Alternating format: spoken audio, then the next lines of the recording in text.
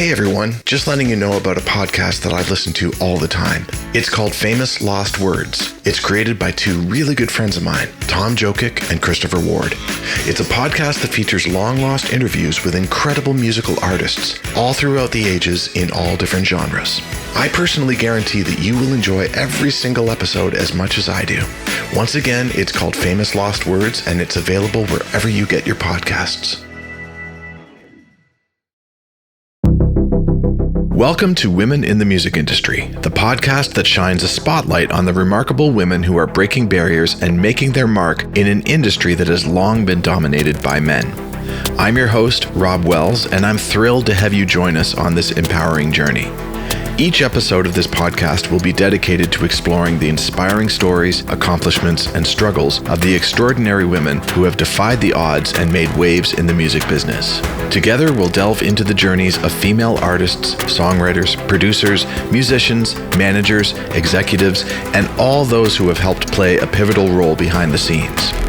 We'll uncover the stories that deserve to be heard, as well as celebrate the triumphs, challenges, and unique perspectives that women bring to the music industry. Whether you're a fan of music, an aspiring artist, or simply curious about the inner workings of the music business, this podcast will offer a valuable perspective. Together, we'll celebrate the power of music and the strength of these inspiring women.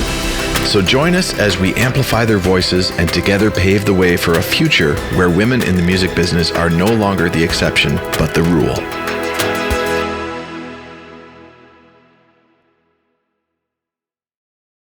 Today's podcast is sponsored by the Songwriter's Piano, an easy-to-use app for songwriters and lyricists to use when coming up with song ideas when there's no instrument around or nobody to play one. With the Songwriter's Piano, one can easily play commonly used pop songwriting chord sequences at the touch of a screen, in any key, in 3 different chord variations, all played on a gorgeously recorded grand piano. Download the Songwriter's Piano by Play Like Me apps today, found on both iOS and Android stores everywhere. Welcome everyone to another episode of Women in the Music Industry. For those of you who are joining us for the first time, welcome to the podcast. For those of you who have been here before, welcome back. My guest today is none other than singer, songwriter, and one half of the multiple award-winning Vancouver-based alternative rock band Dear Rouge, Danielle McTaggart. Hey Danielle, how are you? I'm good. How are you, Rob? I'm good. Thank you for doing this. This is really cool. Yeah, thanks for having me, and thanks for shining a light on women in the music industry. Oh, thank you. Thank you for saying that. It's my absolute pleasure, honor, and I hope to be doing this until I can't do it anymore if they're lowering me 6 feet under the ground. That's kind and of also, it. I guess, if you're really highlighting women in the music industry, a woman's going to take your job. Yep. Bring it on. Bring it on. Let's do it. I would love that. I'd love that. Pass the torch. It'd be great. Maybe your daughter will take your job. I would love that. That would be so cool. So cool. So cool. So I'm just going to continue with the bio. Here we go. For over 10 years now, Dear Rouge, the alternative rock duo of Drew and Danielle McTaggart, have been winning fans over consistently and hitting new career heights. Following their major label debut record, Black to Gold, the couple picked up multiple top 10 radio hits, a SOCAN Songwriting Prize, and a Juno for Breakthrough Group of the Year. Dear Rouge continued their upward trajectory with their sophomore album, Phases, which included the lead single, Boys and Blondes, and the #1 alternative rock hit, Live Through the Night. Along the way, they opened for artists like Fantagram, Lights, and Our Lady Peace, and wowed crowds on festival stages from coast to coast with their energetic and dynamic live performances. The band continued to solidify their presence in the Canadian music landscape with their third full-length record, Spirit. The record spawned the #1 hit, Fake Fame, and the band picked up an Indie Award for Group of the Year at Canadian Music Week, before a packed summer of touring that included opening for Vance Joy and a tour supporting Canadian legends Metric. All the tracks from Spirit, along with the band's previous singles, have seen heavy, recurrent radio airplay, leading to Dear Rouge being the most played Canadian band on alternative radio in 2022. That is awesome. The band then returned to the studio with acclaimed producer Gus Van Gogh, and the duo's new single, Goon, is out now. That's awesome.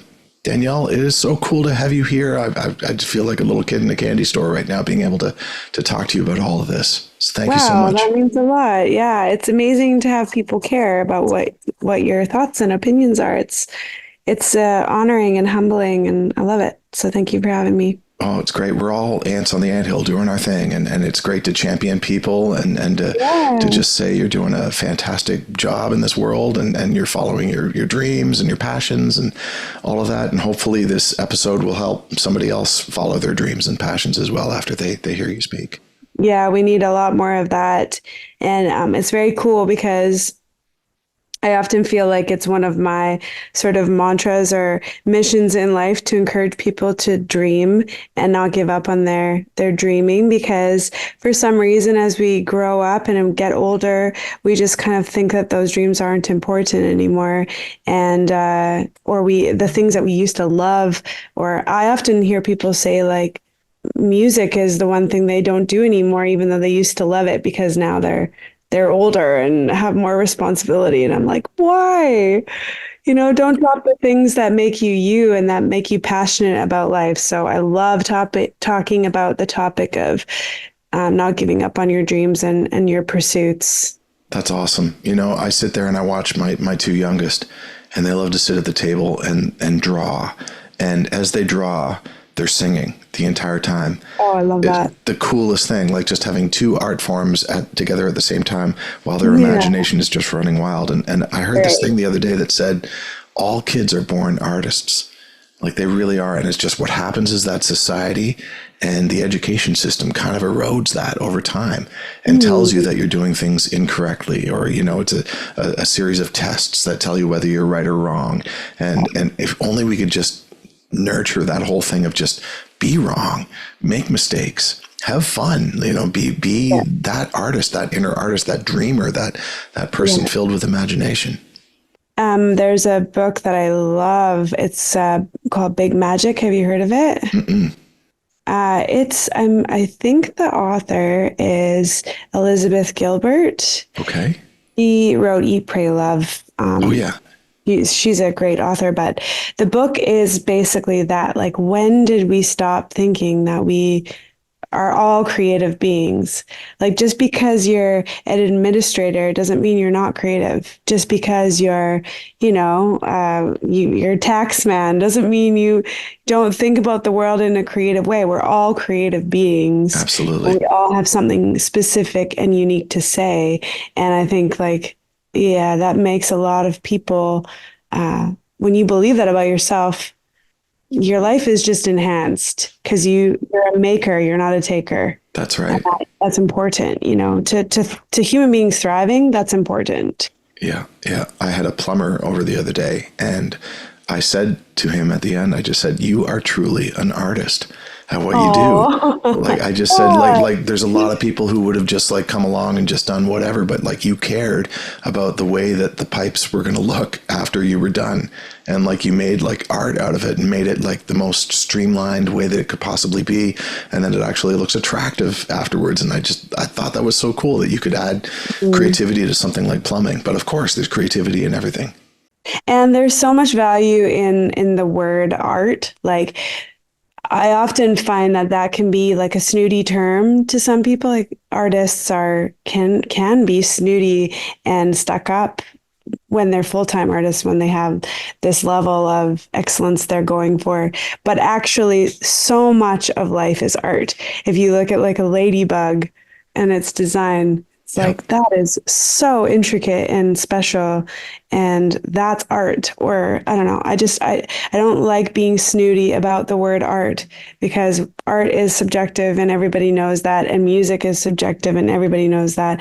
There's obviously not great music out there, and there's not great, but what also makes it not art? Like, who gets to say something ugly isn't in some form? There's art in there, or something that sounds bad in some form. There's art, because art's supposed to teach us something and music's supposed to teach us something. So at the end of the day, like, who gets to decide what that is? Yeah, exactly. And everyone's interpretation of what good art is going to be different from everybody else. It's a very interesting thing. That's for sure. That's for sure. Yeah. Speaking about children being artists, I'm very curious to know how you got started. Like, when did a love of music and being creative and creating content and singing and all of that, when did that start to come around for you? Well, when I was young, I grew up in Red Deer, Alberta, and there wasn't a lot of music in that town. There wasn't a lot of influences, but my church was a very big influence. And I find a lot of musicians start there, actually, because it's a safe community. And in most senses, it's a safe community.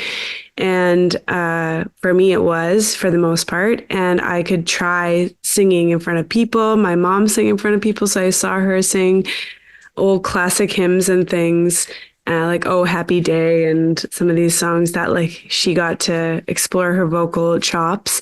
And then she used to sing for talent competitions, and she loved like Whitney Houston and Celine Dion and some of these ballad big voices. And so I just watched her go after her dream that way and kind of suffer around her dream too, because she always wanted it to be more. And I just watched that and I was like, oh, okay. So number one, this is really hard emotionally, but also it's amazing. I loved the stage and always wanted to do that. So then as I grew, I like got into musical theater. There was a venue called the VAT in Red Deer, Alberta that I would go and play at sometimes after I'd do stuff at my church. I would bring a bunch of church people to the pub and open mic night and thought that was really cool. Met some good musicians along the way, but I had a lot of songwriting inspiration as well through just friends and things that in the church community that really encouraged me to write, and that I could do that too. So just lots of little steps along the way that got me invested in the music that I could create, and then getting practice through, church things and starting bands and youth bands and touring. I actually got an opportunity to tour Europe and Germany in old Catholic churches right after I graduated high school. Wow. It was insane. Yeah. And I had opportunities to do songwriting retreats and got invited to just different things that like, I still don't know where they came and how they came to me, but I just think I was always in pursuit of that. Mm-hmm. And just through people telling me about things, I would just go and oh, hey. My husband and son just walking by. Yeah. Anyways, hi, podcast, he says. Hey. Anyways, yeah. So those little opportunities and the social check mark of I could do this, and people being like, you have a nice voice. And I remember in high school doing, I was Eliza Doolittle in My Fair Lady, and people would ask me in my class to sing, and I would take them outside and sing them a song, and they'd be like, wow. And I would just get people that would like come up to me and be like, I want to hear you sing. And I'd be like, okay. Take them outside and sing them a song, and then they'd be like, that's great. So, and even actually, this is making me recall, I used to serve at Moxie's. That was like one of my first jobs. And to get extra tips, I would sing for my tables sometimes. Wow. They would ask me to sing them a song, and I'd be like, okay, well, I'll do it for an extra tip. Like, I'd actually say it, and they'd be like, okay, sure. And so then I'd get an extra tip and I'd sing them a song. So that's amazing. That just kept happening for me, validating that people liked what I could do as a young person, and that maybe could get me somewhere. And and I think it was just in me as well. Music, just because it is like, I very much feel that it's who I am, that I couldn't not do it to some capacity, singing and creating. And and you know what else is really fascinating to me is the more that I did it, the more that I was like, there's nothing else that I can do. Like, this is it. Like, this is my plan A, B, and C. I don't know what else. I'm like, this is me. If I'm working at a restaurant, if I'm working at a day job, I'd be doing this at nights, or I'd be doing this, every other minute of the day. I wonder if there's something like, I'm from a small town in Ontario, And there really wasn't a lot of music around where I was. There was a lot of hockey going on. There was a lot of people playing hockey, which I don't play. I'm not a graceful sports athlete at all. But I wonder if like there's this thing that if there's not a lot of music happening around, if that drives you even more when you are musical, you know, if it makes you just like really just explode with looking for opportunities for just reaching out and just really working that much harder than rather than being, you know, brought up in a town where music is everywhere and maybe there's performing arts schools everywhere and all that, when church is the only outlet, you know, to be musical, or an open mic night, the odd open mic night. But it's just like, you know, I wonder, did you feel that at all? Like just that the fact that music really wasn't offered that much in Red Deer, did that give you some sort of sense of drive or work ethic or? I mean, I guess there wasn't a lot to do outside of like rollerblading through the trails of Red Deer. Like, yeah, there wasn't a lot to do. I think boredom can be a really great motivator. Yeah. And maybe that's what it is about being in a small town is you're the one creating opportunities to make things and to play music because you can't go and see it. Yeah. Like, so instead of watching it, you're creating it because you have nothing else to do. So maybe boredom is the answer. That's so true, because all the concerts would do Calgary and Edmonton, and they would probably bypass Red Deer and maybe just use it as a gas station stop, and that's about it.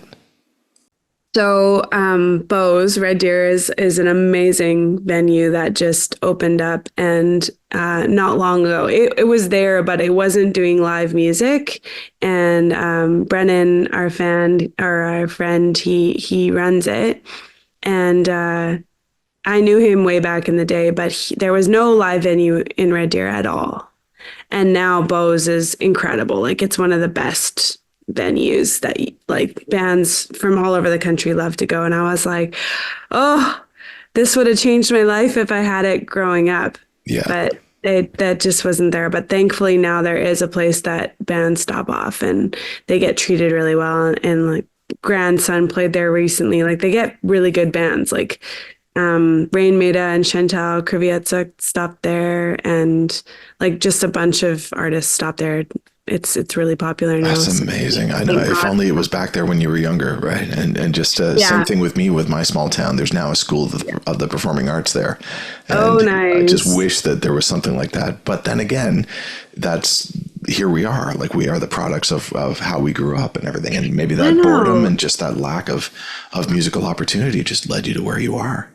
I think there's pros and cons of every like environment. If you step up and you use the opportunities that come with that environment, it's really unique and special to you. Like, I wouldn't be me without the way that I was raised. And actually, Dear Rouge, it's like kind of not as a nod to my hometown. It was like never meant to be like a highlighted thing, but it was kind of a nod to don't forget where you came from. And Dear Rouge is like Red Deer kind of backwards or whatever. And people are like, oh, it's funny how like I was thinking nobody would discover that. I don't know why I thought no one would discover it. Drew had actually initially been like, we should name our band something to do with you and where you came from. And so that's what we came up with. And plus we wanted to name our band something that if you looked us up online, that no other band would pop up. Right. We're just like, we don't want it to be hard to search for us. Right. So that was our strategy. But anyways, so that was the thought in my head, is I can't forget where I came from, because that's who I am. That's my makeup. And even though there's many embarrassing things about it and many things that I wish that I didn't have to go through to get to where I am, I'm really grateful for it, because this is who, because of all these random things, this is where I'm at. Exactly. It's what led you to be you. Totally. Yeah. So you can't go back and change anything. Otherwise you wouldn't be exactly who you are today. Yeah. No regrets of it. So you were saying that you were being invited to songwriting camps. Were you songwriting all throughout high school? Did you write a lot of poetry at first and then start to marry it with music? And how did you get asked to go to songwriting camps? Just curious to know about that. Yeah, so I guess I started writing songs in junior high. And they weren't great songs, obviously. When I look at my songbooks and see some of those, they're very immature songs, but of course they would be because I needed to start somewhere. But I just wanted to express myself. And over time, I'm trying to think of the first time I actually got invited. I went to this songwriting thing that I had to like sign up for and pay to go to. And it was in Three Hills, Alberta. And I met some really cool people there. And at that songwriting thing, I sang one of my songs. And the people there running that event saw that I had that I was interested in it, that I had the ability to do it, even if it wasn't very good. And then they invited me to this event in just outside in the States. I think it was like just outside of Winthrop, which I think is like a cowboy town. Do you know that town? I don't, but I know Three Hills really well. My wife's brother lives in Three Hills and used to teach at Prairie College. Okay, there you go. That's where it was. Yeah, at Prairie.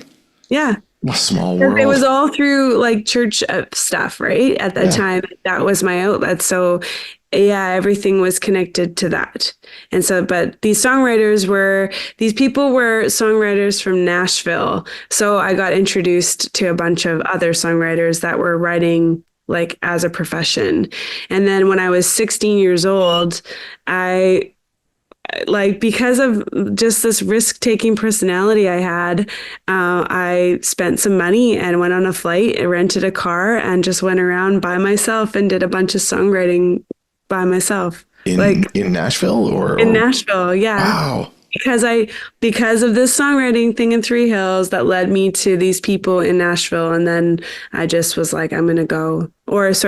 Three Hills to this camp just outside of Seattle to going to Nashville and writing with a bunch of songwriters. And wow. I always just pursued it. I was just motivated because that's what I loved. And I was exploratory and wanted to search it out. And it was finding me too, So I think there's something to that, like when you really want it and you're really focused. Were you writing for the sake of writing, or were you writing for you as an artist, or writing for other artists? How was that? So I was writing for myself. Like I always wanted to be a singer and do that as a profession. And so I was writing for my projects that I have a cover of my first project that I called, well, it was just Danielle Hykens. My maiden name was Hykens, which is very Dutch. And anyways, it's like I look like DJ Tanner, Drew tells me, but I look like DJ Tanner. And I had like an acoustic guitar. I was holding it by my face and just perfect. Very small town, like did a photo shoot on the train tracks, Yeah. All the classic shots. All the classic shots, brown, I was wearing a lot of brown and a lot of makeup for like a 16, 17-year-old. So yeah, that was my starting point. And like I say, very embarrassing, but I guess like I thought I was super cool back then. So there's that, like trying to push the fashion boundaries and things. Yeah. I mean, it felt right at the time, right? Of course, it's always funny to look back, but it felt right at the time. You're writing with all sorts of people in Nashville, and what came of that? Do you still write with those people, or did they start playing your demos to anybody? Did anything happen in your solo career? Well, this is kind of a sad story. Like when I first started and I was out there, I met this A&R person who was really championing me and helping me out. And he ended up having a brain aneurysm at like 40.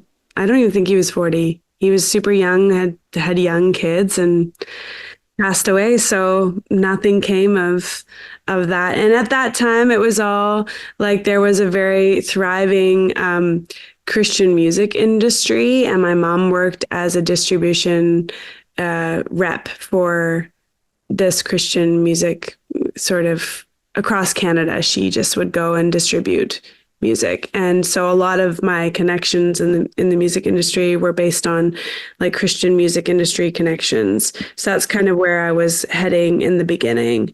And yeah, I had toured like with I ended up my next little project after my solo thing was with one of my best friends, Ben Mullen, and it was called Gates Ave, and we toured with like Thousand Foot Crotch these and like some Christian music alternative like rock bands. So I had the opportunity to like tour, but yeah, that project is all of these little projects were just starting to get me on the path of doing music as a career because that's the only path I had to go on, you know? Mm-hmm, mm-hmm. Wow, that's amazing. Well, I'm sure that if we spoke for a long time, we would probably find so many people that we know in common. I bet you we would because the world is very small now more than ever. Yeah. But also, where did you grow up? Oh, I'm from Ontario, Ontario. and my wife is from Halifax. But when they graduated from high school, both her and her brother moved out to Three Hills to go to Prairie and do music. And Wow. And then I like you blink and you miss Three Hills, but it's such a serious music center, and there's people from around the world that come there to learn music and Christian music, and it's there are actually Three Hills too. If you do look really closely, there are three little bumps that are just sort of to the west of town. Tiny Hills. Yeah. Right? Yeah, it's amazing. So, okay, Yeah. How does it go from that into becoming Dear Rouge and meeting Drew? Well, that's a crazy story and like a very special story, I feel, because I was definitely all through my 20s, I was pursuing music living in Red Deer.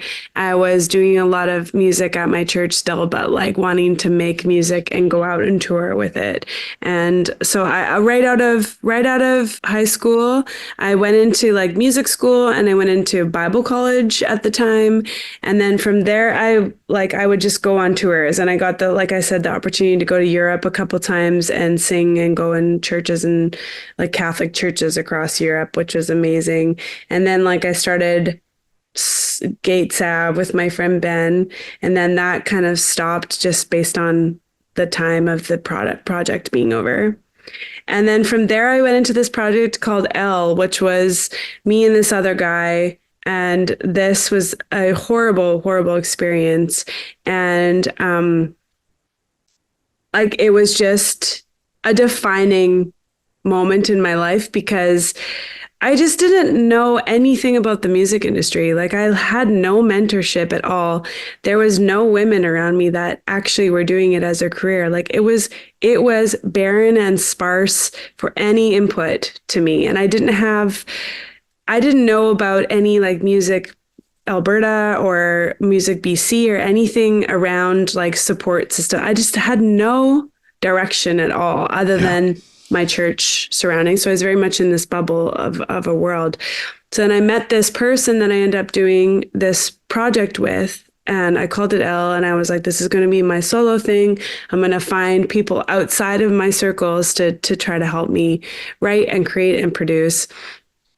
I went to Calgary at this studio in Calgary. I think it was called Lightbox or no, Night. Anyways, it was a studio in Calgary, and did the recording there.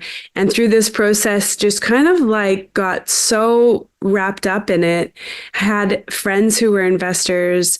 I had this guy who then became the producer.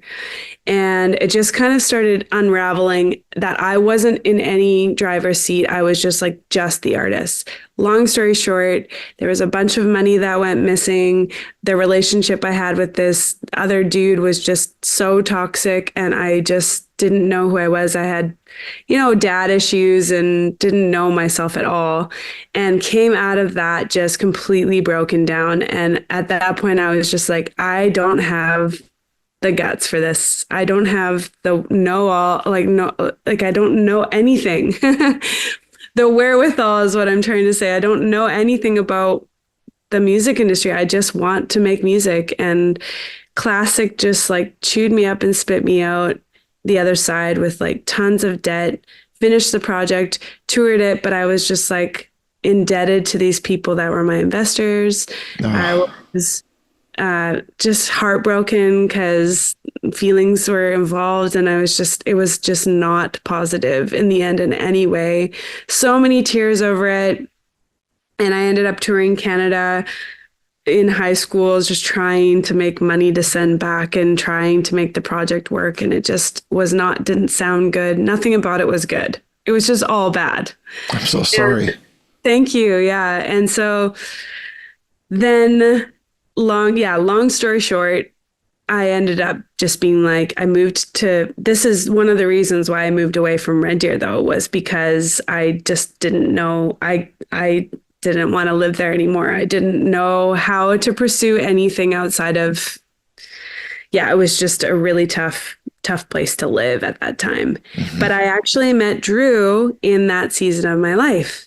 And because it jolted me out of my circles, out of my own like religiousness too, like in lots of ways, I was very hard on myself and very trying to be like very good person, because of these mistakes and this failure, basically, I was ready to change. And that's an interesting thing about humans, is that we kind of need pain to jolt us out of cycles that are maybe even unhealthy for us. Mm-hmm. So that happened, and I was like, okay, so I'm going to leave Red Deer, and I moved to Vancouver, and Drew and I started dating. And that was like one of the reasons why I moved. And in that time, Drew and I started Dear Rouge, and we started it because he was like, you can't stop doing music. He's like, you love it too much to stop. And I was like, but I'm just too gullible for it. I don't have the right personality type, all the things that it requires to do it. I just don't have it.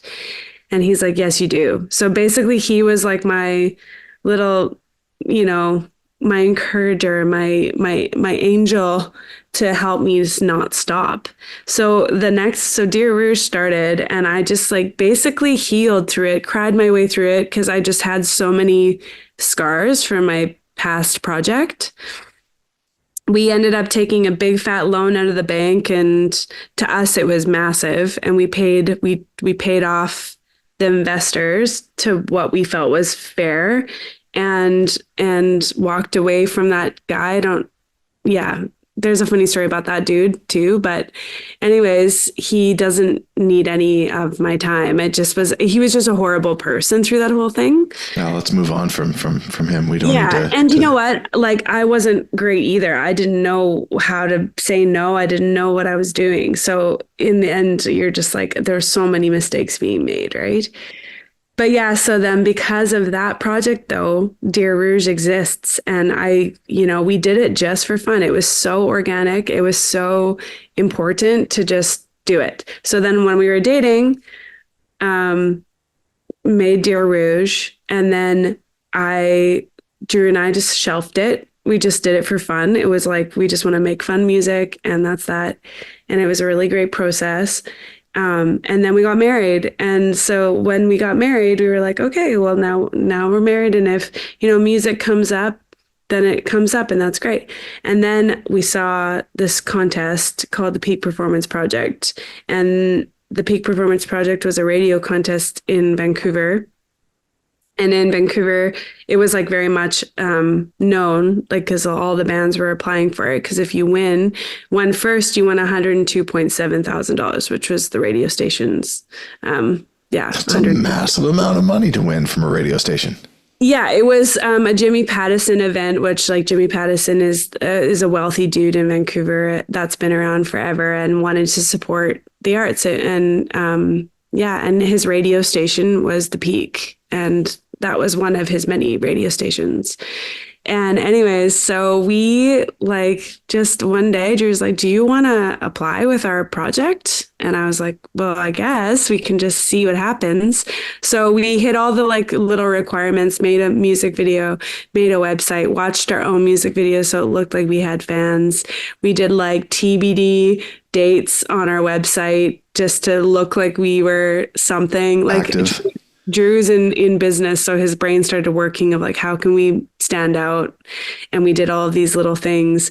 And then we made this music video called Do You Step Out of Nowhere. It was a song I wrote for Drew, and it was on a roller coaster at the P&E, and we sat in the roller coaster. We wrote it like 50 times, and I sang the song, and then we sent that out. Like we were like, let's just try. Let's see what happens. And for fun, like, let's just try for fun rather than like, let's just try and be completely smashed down by our dreams. Right. And let's just do it. Let's just do it because we like music and we like each other. And that's like, and we're married at this time. So we ended up putting all that stuff together and applying for the Peak. And then again, long story short, this is like a year. We ended up winning the Peak Performance Holy project, smokes. which was nuts because also there was many things within that like I had no idea would affect our chances to win. Like I wrote this song for my friend whose son had autism, and one of the requirements of the project was to have like a giving back component. And I was like, oh, I already did this thing, so we put that in the contest, and then it just was amazing. It felt so like God was a part of it. You know, it felt like it was this incredible, I'm trying to find the words, but it all just flowed so easily and so amazing that, and then we won first. It was this crazy Cinderella moment.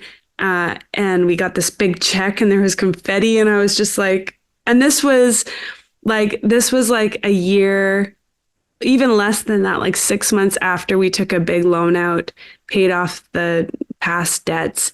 We like completed that chapter of my past project that I like felt like I'll never do music. This is too hard. And then it was like, it was nuts. Like I still look back at it and think something bigger was happening, and it was just so special. And that's why one of the big things for me is like not giving up. I think because I saw that not giving up can lead to confetti. It's true. Not giving up on what really is inside of you. Yeah, You know? and the other lesson of it is having people around you that believe in you and don't give up on you also because of, you know, mistakes that you make or things or bad decisions or, you know, yeah. And people that have your best interest at heart as well.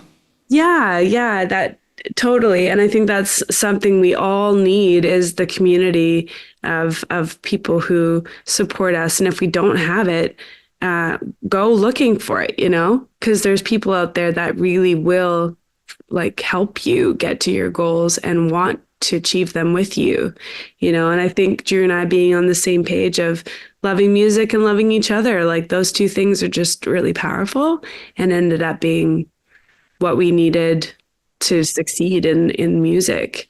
So, and the organic of like, we're just going to do it because we love it. And then it turning into this thing.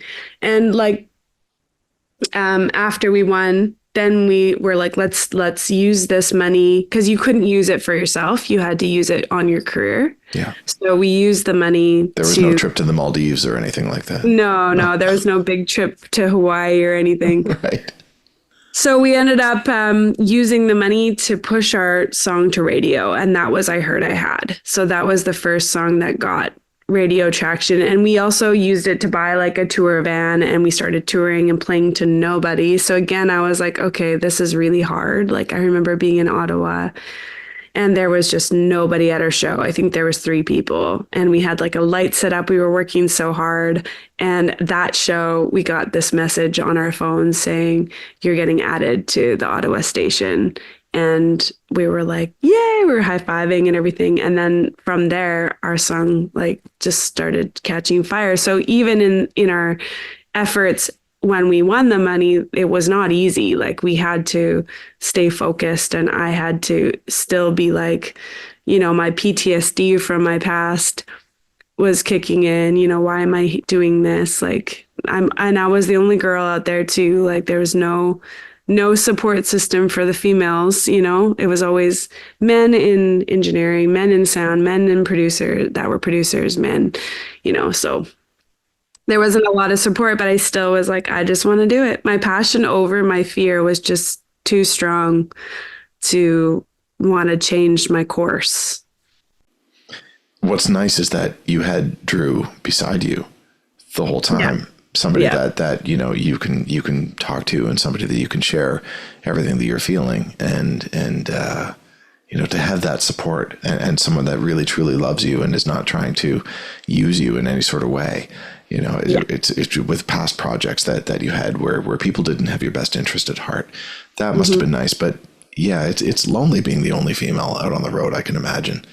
Yeah, and I find that even still, like, it's getting way better. But there's still, like, one time I wanted to write a song. I never ended up doing it, but I wanted to write a song titled "The Only Girl on the Rock Bill" or "The Only Girl at the Festival" or something around the only girl, because it was just so normal to be like the patent girl at the rock festival, where women would ask, like, why isn't there more female presence at your festival? And they would say, well, Danielle's here, like, she's, you know, She's the one. she's the one. And they'd be like, but, okay, but, and I also was like, well, it's just me though, like, in our band it's just me, so it's not even like I'm not surrounded by women in my project either, like, yeah. I know. It's interesting what happens. Like, I went to my last year of high school, I moved to Toronto, and I went to a school of the performing arts. And when I was there, it was 90% female and 10% male. Wow. And I was like, when you're in high school and you're male and it's 90% female ratio, it's good times. But then you get out into the industry and it's not that way at all. It's like, what happened? Where is everyone? I don't know what happens between, girls in high school, that love the arts, obviously.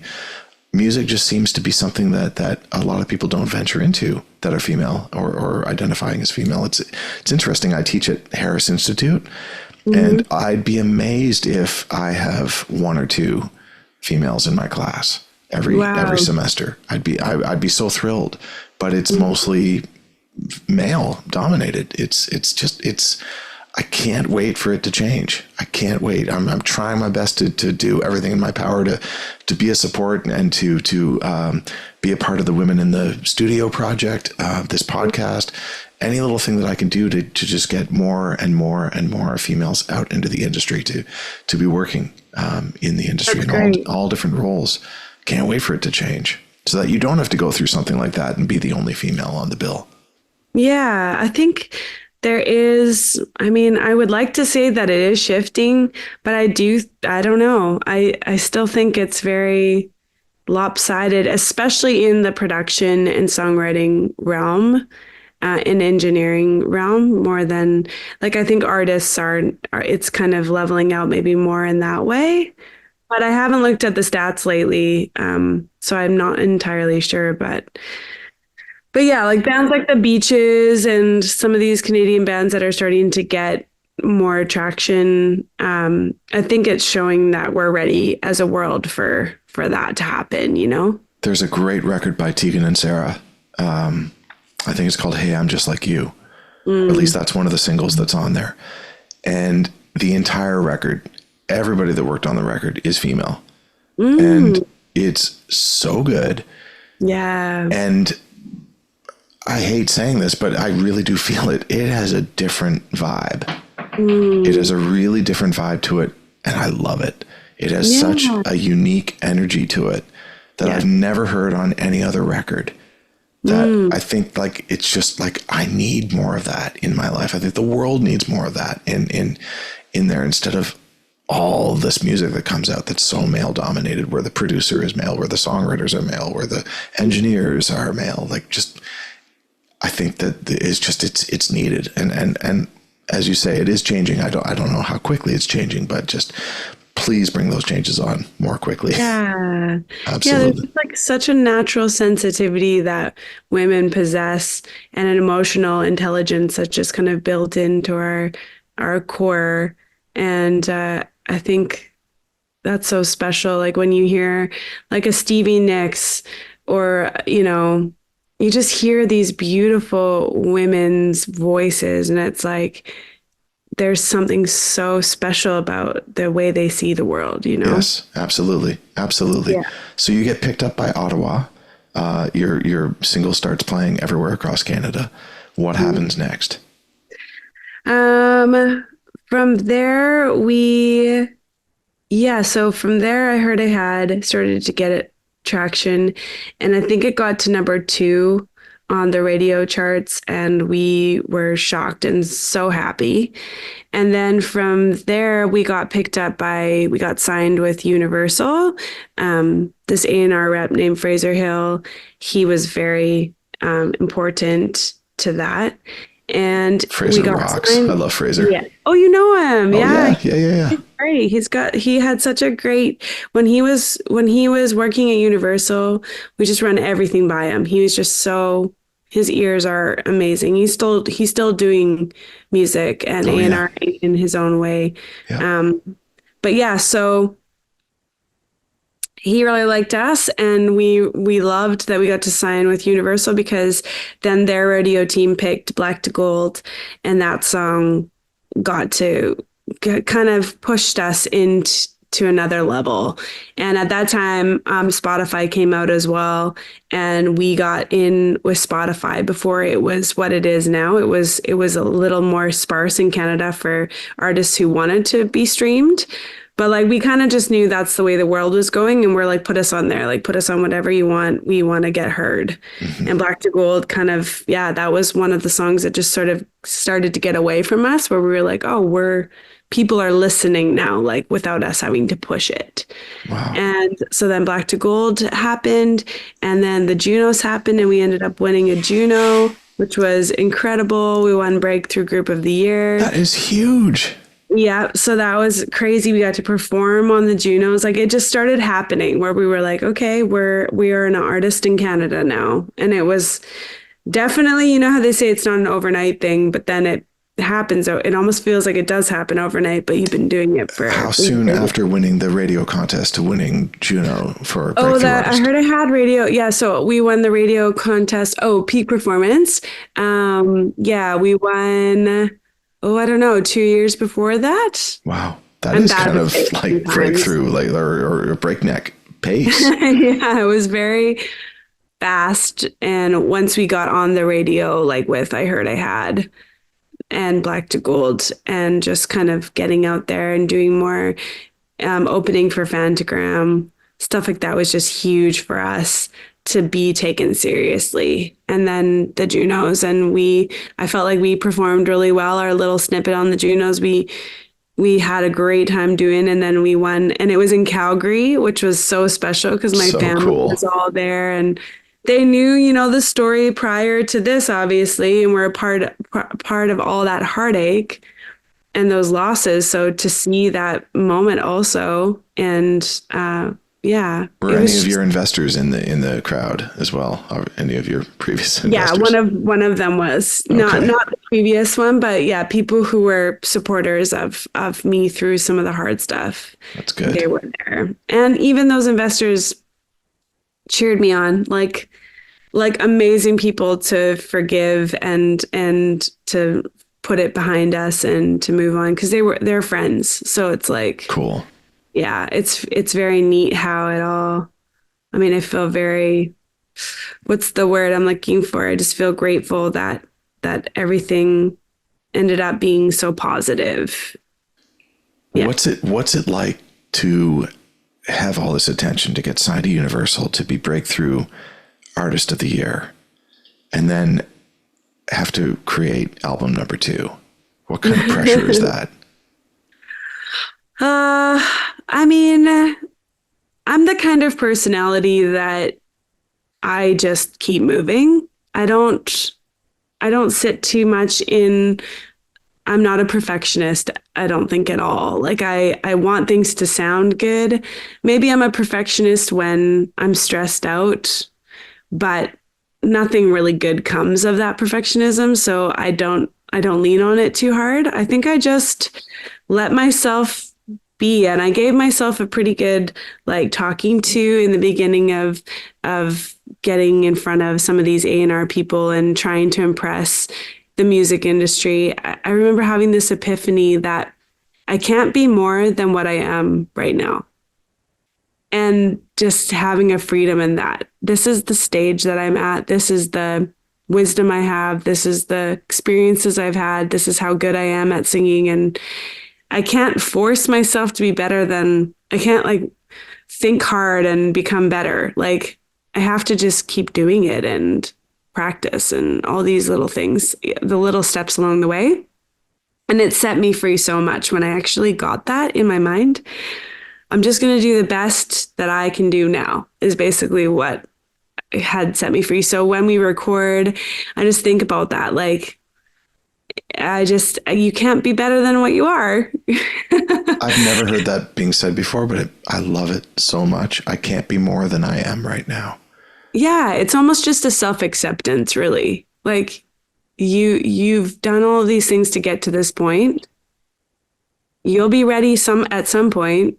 If you're not ready now, if you just keep going towards it, and just accepting where you're at. I agree that the better version of you is waiting for you in the future. Mm-hmm. But currently, at this moment, I can't be better than I am right now. Yeah. Yeah, I love that. That's so great. It sets you free to just exist in what you are. And again, like it's not, don't be lazy, but in the same breath, yeah, you need to trust yourself in the process. Mm-hmm, mm-hmm. Yeah. So the sophomore album comes out.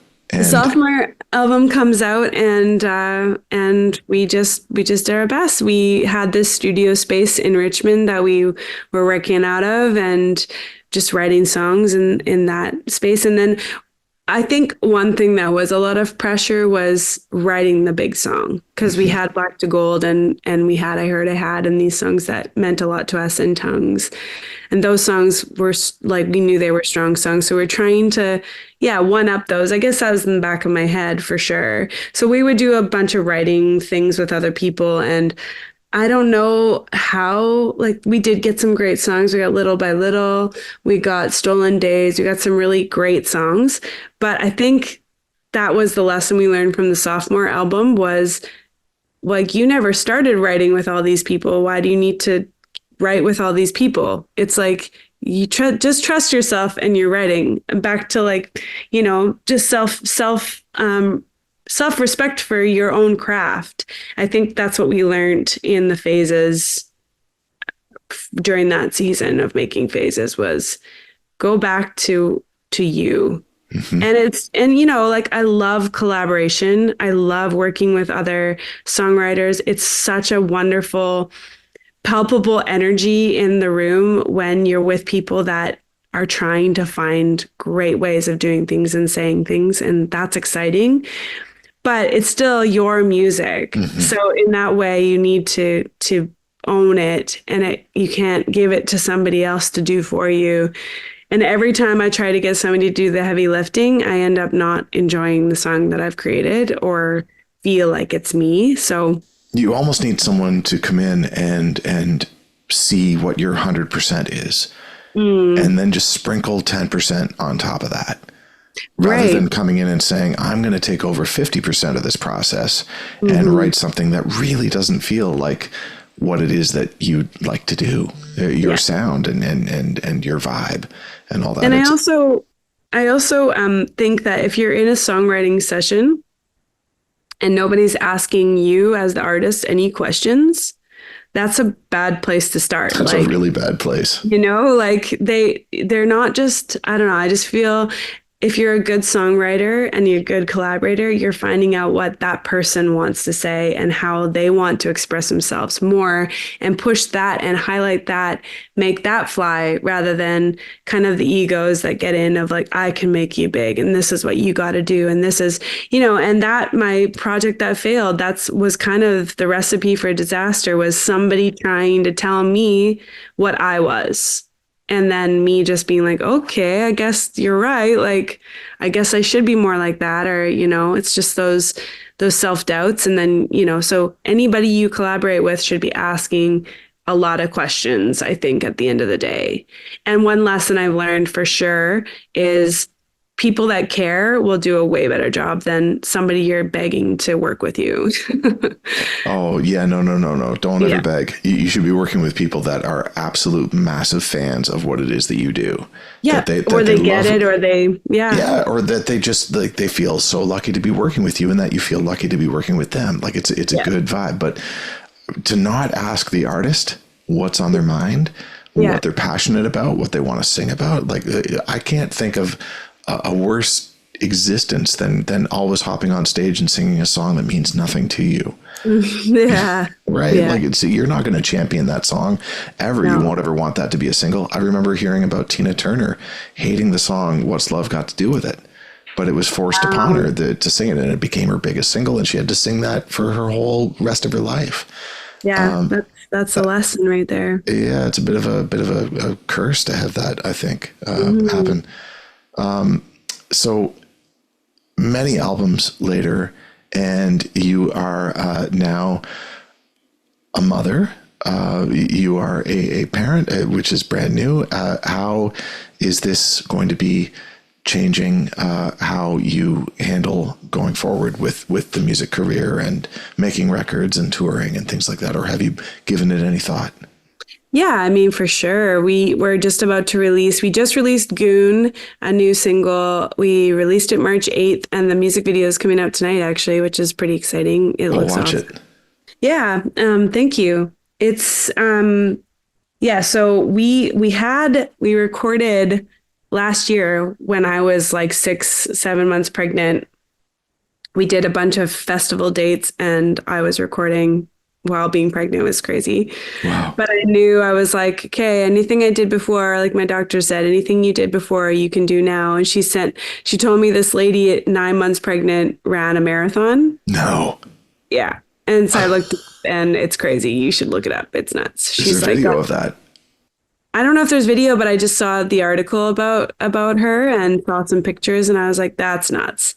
But anyways, I was in my head of like, okay, well, anything I did before I can do. And I Yeah. did. And Yeah. I was totally fine. Like yeah. So anyways, women who want to be musicians, who also want to be moms, you can totally do it. Yeah. And then, so we had that in the bank, and our son was born October 26th. So we have been doing that since we've been hanging with him, and then getting ready to release this new music. So by the summertime, I have a lot of nieces and nephews who are babysitting age, and my mom and my mother-in-law. I have tons of family that are like obsessed with him, with Elliot. And so we're just planning on bringing someone from the family That's awesome. to the festival dates. And for a tour, we'll see. We'll probably get a bus and bring a nanny and just do the thing where, hotel room, and then it won't be a crazy long tour. We'll probably just break up the tour and do it that way. But I'm excited. I already feel like he's just going to be the coolest little roadie and come along and enjoy. Like, what a great way to see places as a little kid. And hopefully we do this for a while. So he'll be like just seasoned on the road, and he'll probably just think it's the coolest thing ever. Especially later on in his life, he'll be like, what a great way to be raised, like traveling, people, food, culture, it's like awesome. Oh, I went to all these writing camps in the Caribbean 10 years ago, and I used to bring my kids to all of them.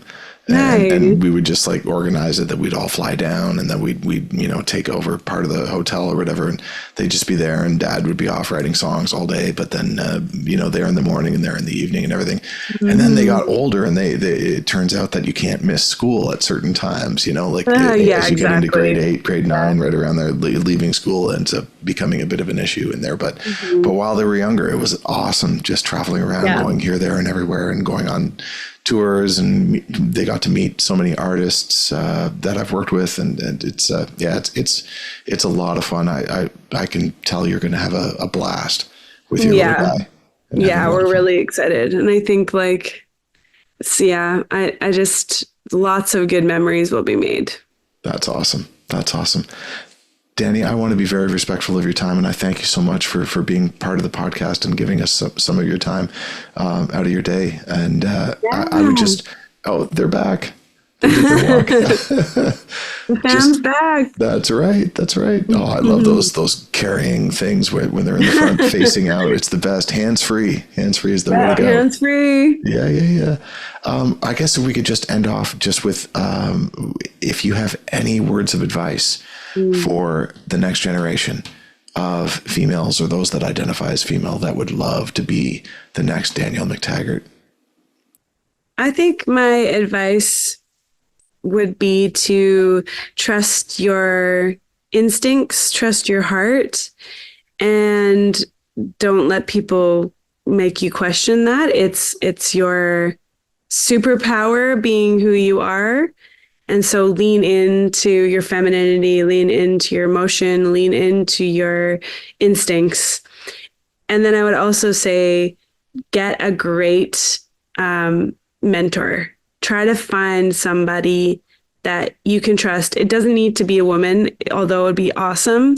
It can be a man too. Like for me, I think in some ways it was Drew, but as I've gone along, I've found other women that I just love talking to. But yeah, finding somebody to help guide you, just do some Googling, do whatever you need to do, send some emails, find a music community where somebody cares and will answer questions for you. And I think those two things of like head wisdom and knowledge and then heart wisdom and knowledge, I think you can go really far if you can find some great avenues with both of those, searching out those things. Amazing. And also work with people that have your best interest at heart. I think that's a big message from today's episode for sure. Yeah. Our stories tell us the most about, what to do and what not to do in the future. So I'm so happy if my story can be one of like, you don't need to go down the hardest path. You can make good decisions as you go. So. Amazing. Yeah. Danielle McTaggart, I thank you so much for being a part of this. And I hope we get to meet face to face at some point. Maybe when you're swinging through and playing Toronto, I can come see you guys play. That would be great. That would be awesome. Hopefully we do play there pretty soon. We love it there. Amazing. Okay. Well, thank you so much. I very much appreciate you taking time out of your day for this. And no I problem. hope you enjoy the rest of your day with your family and your little guy and making music and being happy for the rest of time. It's great. Yay. Love it. Yeah. All right. Thank you, Rob. Okay. Have fun with your 5 children. Thank you. Oh, we do every day. Yeah. Tell them I say hi. I will. And I'll say hi to Three Hills for you as well the next time I'm there. Oh, yes, please. Oh, yes. Don't forget Three Hills. That's right. Okay. Thank you so much. Bye for now. See you soon. Bye-bye. Bye. Stay tuned for the next episode of Women in the Music Industry, coming soon. Let's embark on this incredible journey together, celebrating the women who are reshaping the music business one note at a time. If you enjoyed hearing this podcast, please take a moment and give it a like, a rating, or a follow. Your support helps immensely. We'll see you next time.